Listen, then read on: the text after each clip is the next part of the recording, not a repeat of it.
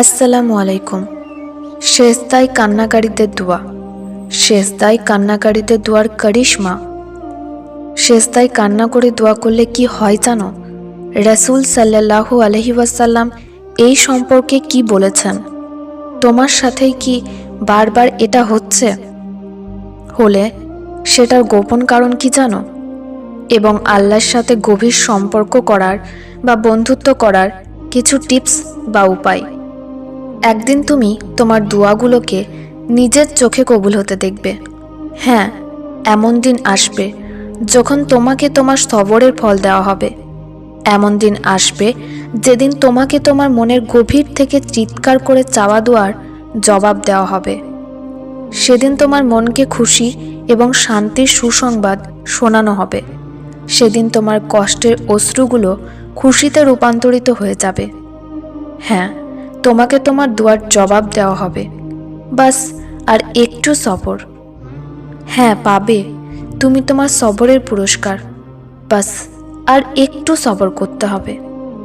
তুমি তোমার প্রতিটি আঘাতের ওষুধ পেয়ে যাবে। তোমার কান্না করার চক্ষু শান্তি পাবে। তোমাকে তোমার চাওয়ার থেকেও বেশি দেওয়া হবে। বাস আর একটু ধৈর্য ধরতে হবে। মন খারাপ করে কাঁদছো, কিন্তু কিসের জন্য? আল্লাহ তাআলার ওয়াদার উপরে কি বিশ্বাস নেই? তুমি কি জানো না এই পরীক্ষা ক্ষণিকের? তুমি কি জানো না যে আল্লাহ তাআলা কান্না করার চক্ষু নিয়ে দুই হাত তুলে চাওয়া দোয়াকে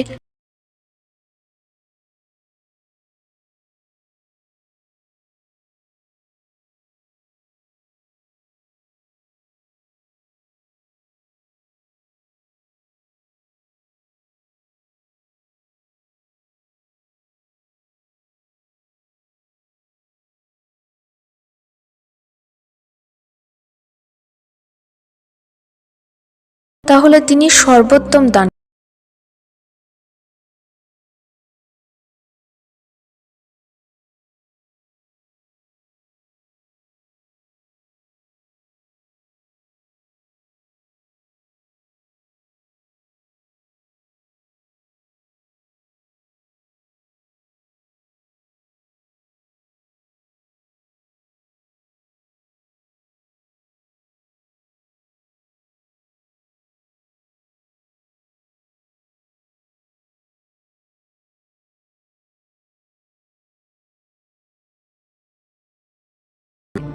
আর যদি সেই সেজদায় কান্না মিশে যায়, তা আল্লাহর কাছে সবচেয়ে প্রিয় একটি অবস্থা।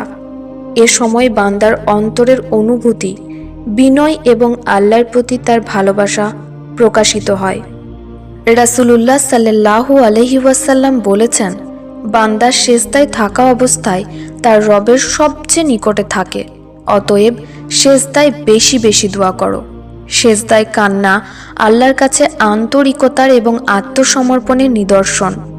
সেজদায় কান্না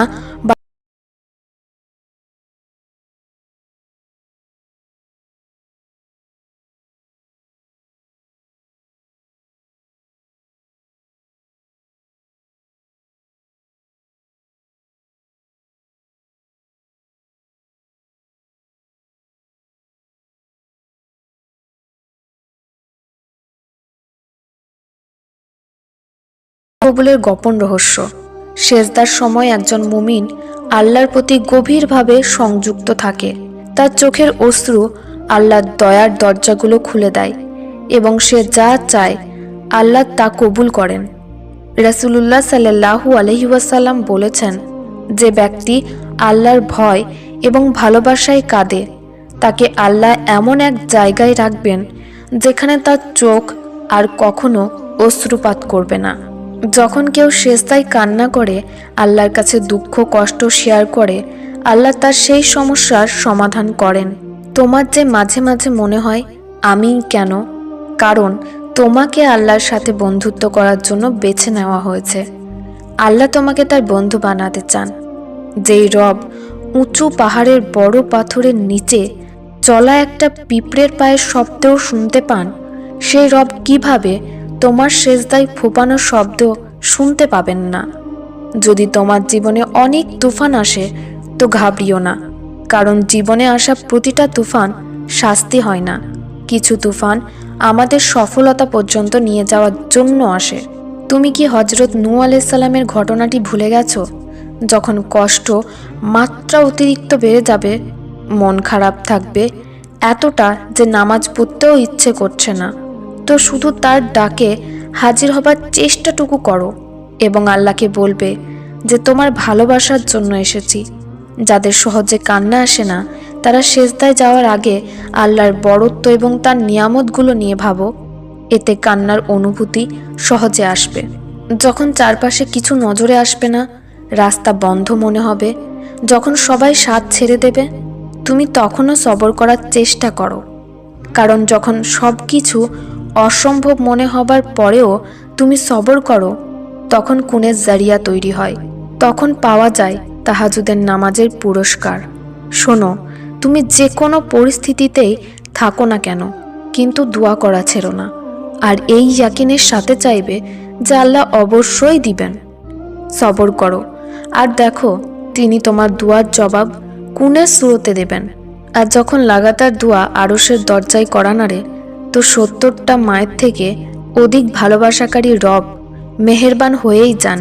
তিনি তোমার অনেক অশান্তির রাতের সাক্ষী এবং তিনি তোমার এই অনেক অনেক দুয়ার হিসাব করে রেখেছেন, যেগুলো তুমি তাকে ছাড়া আর কাউকে বলোনি। তিনি তোমাকে খারাপ পরিস্থিতি এই জন্য দেন যাতে তুমি দুনিয়াতে হারিয়ে গিয়ে তাকে ভুলে না যাও। চিন্তা করো না, তোমার এইভাবে নামাজে কান্না ব্যর্থ যাবে না। তুমি কি জানো না আল্লাহর সাহায্য নিকটে? জলদি তিনি তোমার সব দোয়াতে কুন বলে দেবেন। দোয়াতে অনেক শক্তি থাকে, আর যখন তুমি সত্য অন্তর থেকে চাও, তো তিনি কখনো তোমাকে নিরাশ করেন না।